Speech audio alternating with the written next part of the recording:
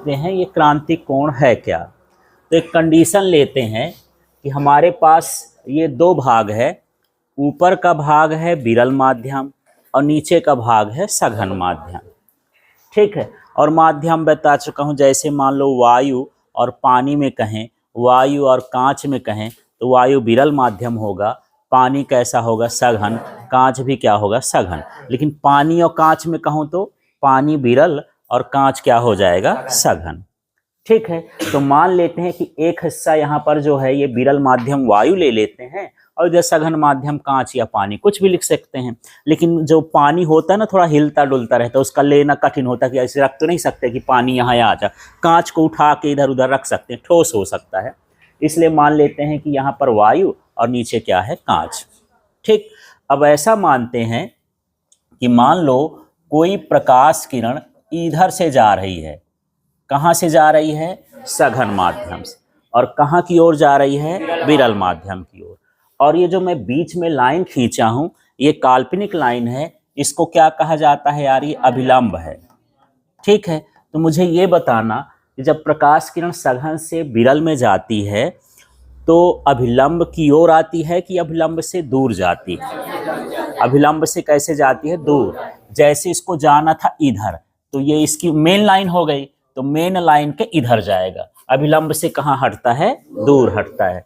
तो यहाँ पर मैं इसको थोड़ा सा तिरछा कर देता हूँ, ये इस तरह से, ये अभिलंब से क्या हो गया, दूर हट गया।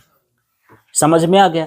जब आप चित्र बनाते हो तो मैं ऐसा बनाता हूँ, आप सीधे बनाते हो, थोड़ा ध्यान से सुना करो कि मैं क्या बोल रहा हूँ ना।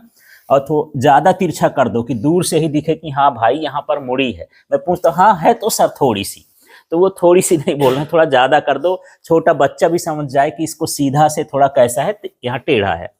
ठीक, और ये वाला कौन सा कोण कहलाएगा, जिस साइड से किरण जा रही तो ये क्या कहलाया, आपतन कोण, और ये वाला क्या कहला गया, आर, अपवर्तन कोण। ठीक है, अब मुझे ये बताओ कि मान लो ये 40 डिग्री का कोण है, कितना है 40, और ये मान लो 60 डिग्री का है, कितने का है 60। अब मैं इसको थोड़ा सा और बढ़ाऊं तो ये बढ़ेगा कि घटेगा, फिर से देखो, यदि मैं इसका मान बढ़ाते जाऊं तो और नीचे होता जाएगा ना, तो बढ़ेगा। तो जैसे जैसे आपतन कोण का मान बढ़ाते जाओगे अपवर्तन कोण का मान भी क्या होगा, बढ़ेगा। ठीक है, जैसे मैं 40 बोला तो ये 60 है, 50 करने पर ये 70 हो गया, 60 करने पर ये 80 हो गया, और 70 करने पर कितना हो गया, 90 हो गया। तो जब 90 हो जाएगा तो कंडीशन देखते हैं, 90 होगा तो कैसे होगा। इसको मैं ऐसे कर देता हूँ कि इस किरण के कोण को मैंने क्या कर दिया, बढ़ा दिया। जैसे ये आई है, इससे थोड़ा बड़ा दिख रहा है ना, और इतना बढ़ाया कि ये किरण ना उधर जा रही, बिल्कुल इस सरफेस पर जाकर के क्या हो गई, यहाँ पर जाके टच हो गई, ये किरण हो गई। हाँ, अच्छा ठीक है, तो यहाँ पर देखो ये हो गया आई, और इसमें कोण जो है वो अपवर्तन कोण हुआ, कितना हो गया यहाँ पास यार, 90 अंश। कीड़ा बैठा है कहीं पास, हाँ, ये आर बराबर कितना हो गया, 90 अंश। ठीक है, अब मुझे ये बताओ कि ये घटना अपवर्तन है कि परावर्तन है, क्योंकि दोनों चीज है। जैसे हम ये पढ़े हैं, यदि प्रकाश किरण किसी माध्यम से जाती है और उसी माध्यम में वापस आ जाती है, तो जब माध्यम नहीं बदलता तो क्या होता है, परावर्तन, और माध्यम बदलता है तो क्या कहलाता है, अपवर्तन। तो यहाँ ये कौन सा नीचे वाला कौन सा माध्यम था, सघन, और ये सघन माध्यम को ही टच कर रहा है, तो ये किरण सघन से किस में आई, सघन में, तो क्या है ये, परावर्तन की अपवर्तन। अच्छा, अब ऊपर देखो, ऊपर का हिस्सा थोड़ा सा वायु भी है, अब ये क्या है, तो यहाँ पर क्रिटिकल सिचुएशन हो गई। क्रिटिकल का मतलब है ना हम अपवर्तन अच्छे से कह सकते हैं और ना ही हम परावर्तन कह सकते हैं। डॉक्टर भी बोलता है मरीज के लिए कि बहुत क्रिटिकल सिचुएशन है इसकी। क्रिटिकल सिचुएशन का मतलब डॉक्टर ये बताना चाहता है कि कुछ नहीं कहा जा सकता, मर भी सकता है और जी भी सकता है, बस ये क्रिटिकल कंडीशन हो गई इसकी, क्रांतिक पोजीशन हो गई इसकी, कि हम ये नहीं कह सकते ये कि ये परावर्तन हो रहा है कि अपवर्तन हो रहा है।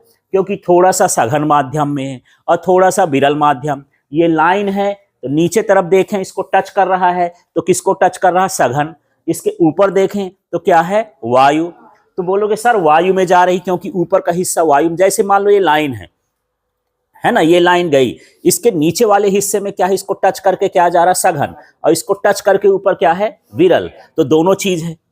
यदि हम ऊपर से देखें तो बोले सघन से गई, कहाँ गई?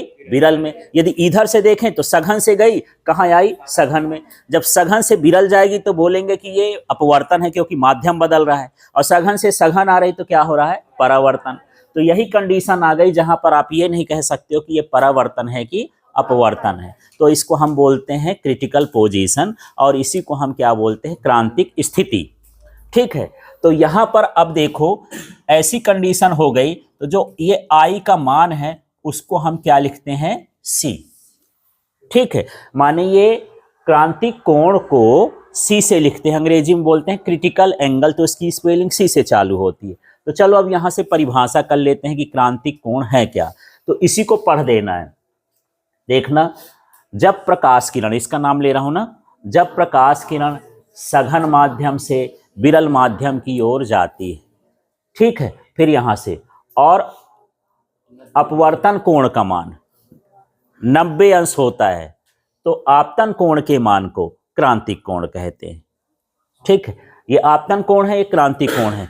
चलो यहां से चालू करते हैं, फिर इसका नाम लो।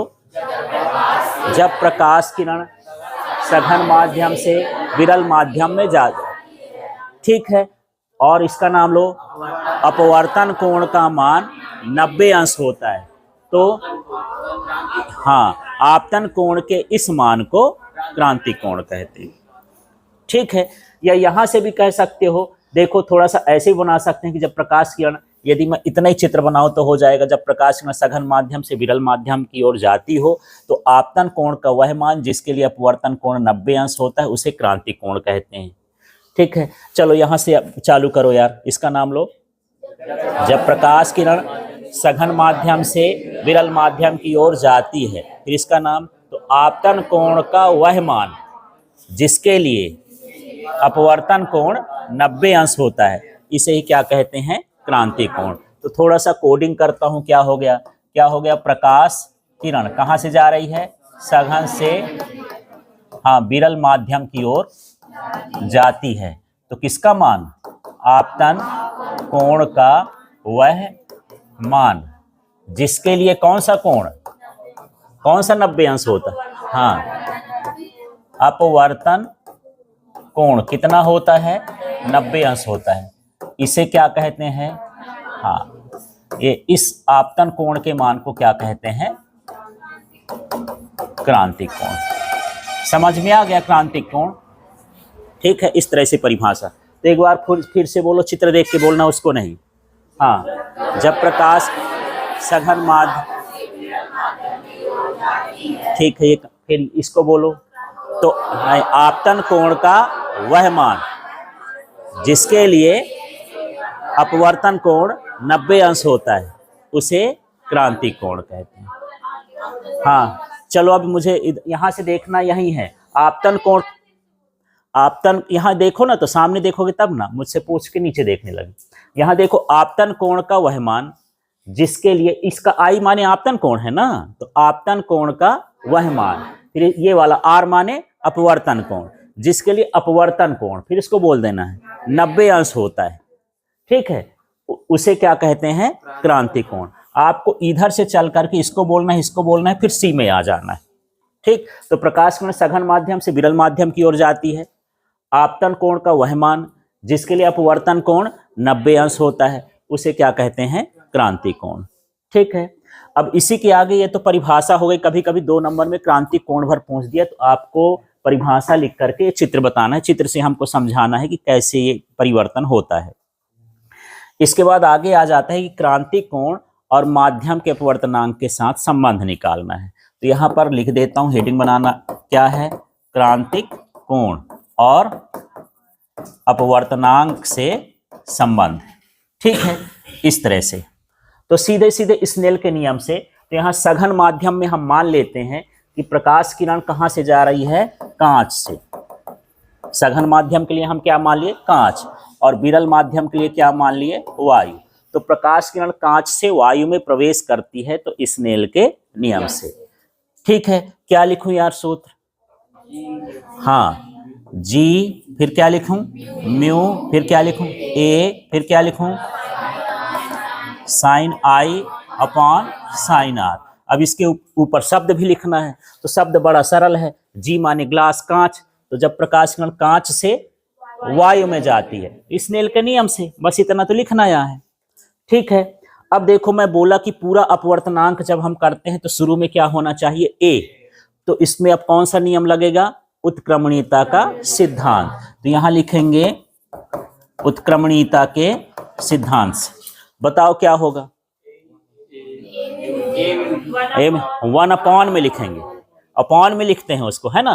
क्या लिखूं, 1/a म्यू जी। जैसे ही आप बटे में लिखोगे वैसे ही आपका ये जो है उल्टा हो जाएगा। ठीक है, इस साइड का, यही उत्क्रमणीयता का सिद्धांत है, और ये उधर का वही रहेगा। क्या हो जाएगा, sine i upon sine are.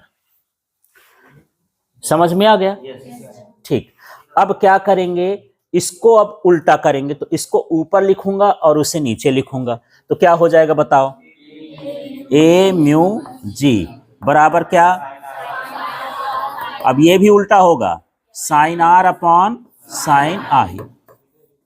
ठीक है, तो एक बार ये भर उल्टा हुआ, उधर का उल्टा नहीं हुआ, तो जब ये उल्टा हुआ तो कौन सा सिद्धांत था, उत्क्रमणीयता का सिद्धांत। और जब दोबारा उल्टा हुआ है, वो साधारण गणित है कि इसको ऊपर लिख रहे हैं तो इसको भी कैसे लिख देंगे, ऊपर, ऊपर वाला कहाँ लिख देंगे, नीचे, इस तरह से। ठीक है, अब देखो यहां पर जब ये आ जाएगा तो आई का मान कितना है, हाँ, तो यदि आई बराबर क्या है, सी, और आर का मान कितना है यार, आर बराबर कितना है, 90 अंश, तो इसमें मान रख देते हैं। ये देखना, ए म्यू जी, ध्यान से देखते जाना, ये क्या हो जाएगा, साइन आर, आर का मान कितना है, 90 डिग्री, फिर क्या हो जाएगा, साइन सी, क्योंकि आई का मान कितना है, सी, ये रख दिए, तो ये हो जाएगा ए म्यू जी बराबर, ये हो जाएगा साइन 90 का मान कितना, 1, और ये क्या हो जाएगा, साइन सी। ठीक है, 1 बटे साइन थीटा क्या होता है, कॉसेक थीटा।